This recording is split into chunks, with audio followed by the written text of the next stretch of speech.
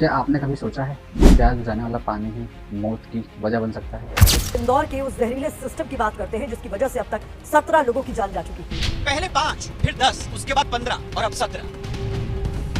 जी हाँ, मैं बात कर रहा हूँ हमारे देश के सबसे स्वच्छ शहर इंदौर, जो लगातार स्वच्छता में नंबर 1 आता रहा है।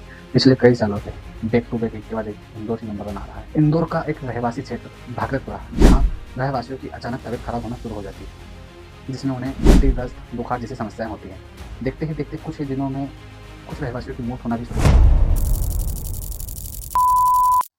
नमस्कार दोस्तों, मैं लक्की वरासी। आज हम बात करने वाले हैं भारत की सबसे क्लीनेस्ट सिटी इंदौर के भागलपुरा के बारे में, जहाँ प्रदूषित पानी पीकर 17 से ज़्यादा मौत हो गई। रहवासियों द्वारा बताया गया कि कुछ दिनों से रहवासियों द्वारा कंप्लेंट की जा रही थी, लेकिन इंदौर नगर निगम ने उस पर कोई कार्रवाई नहीं की। ये हमारे यहाँ पर डेनिस का लाइन, पीने के पानी में डेनिस की लाइन अटैच हो रही है, मगर इसकी कोई सुनवाई नहीं हो रही है। आज काफी समय साल 1.5 साल से हम लोग परेशान हैं। कंप्लेंट देने जाते टंकी में, हमारी कोई सुनवाई नहीं हो रही है। अब कुछ शब्दों में समझे तो इंदौर नगर पालिका निगम की कार्यप्रणाली समझे तो इंदौर नगर निगम का खुद का 311 ऐप है, जिस पर आप नगर निगम से संबंधित समस्याएं की कंप्लेन कर सकते हैं, जैसे नर्मदा ड्रेनेज, स्ट्रीट लाइट, झनकार, स्वास्थ्य विभाग और भी अन्य जो भी आपकी समस्या हो। और दूसरा, मध्य प्रदेश की सीएम हेल्पलाइन 181 पर भी आप कंप्लेन कर सकते हैं और इन पर कार्रवाई, कंप्लेंट का निराकरण 24 घंटे के अंदर ही किया जाता है। अब इन कंप्लेंट पर नगर निगम काम कैसे करता है? इंदौर नगर निगम में 85 से ज़्यादा वार्ड है और 20 से ज़्यादा जोन है। हर एक जोन पर हर एक विभाग के अलग अलग कर्मचारी, जिस भी प्रकार की समस्या नगर निगम में आती है उस विभाग का कर्मचारी जाकर वहाँ स्पॉट पर जाकर कंप्लेन पर जाकर काम करता है और कंप्लेन को कटाता है। वापस टॉपिक पर आएँ तो भागलपुरा के रहवासी और स्थानीय लोगों का आरोप है पिछले कई दिनों से प्रदूषित पानी की कंप्लेन की गई थी, लेकिन निगम द्वारा कोई कार्रवाई नहीं की गई। 150 से ज़्यादा लोगों को हॉस्पिटलाइज किया गया है कि अब तक कुल 421 मरीजों को अस्पताल में भर्ती किया गया है। 311 मरीज डिस्चार्ज किए जा चुके हैं।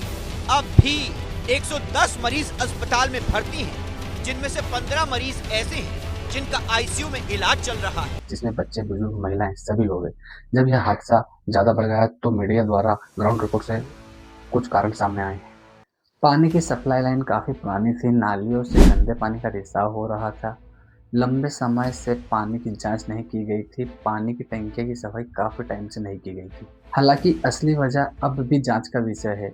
सबसे बड़ा सवाल, अगर पानी दूषित था तो पहले चेतावनी क्यों नहीं दी गई? अगर शिकायतें थी तो उस पर कार्रवाई क्यों नहीं की गई? बस यहाँ से ही कहानी ने राजनीति मोड़ ले लिया।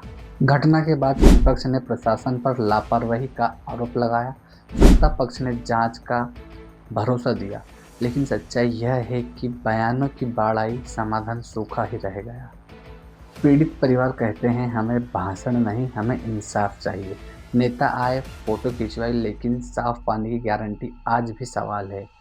सबसे खतरनाक सच, जब मौत भर की राजनीति होने लगे तो समझ लीजिए समस्या सिर्फ पानी की नहीं, जवाबदेही की भी है। अब जरूरत है निष्पक्ष और तेज जांच, दोषियों पर सख्त कार्रवाई, पीड़ित परिवारों को मुआवजा और सबसे जरूरी भागलपुरा को सुरक्षित पेयजल।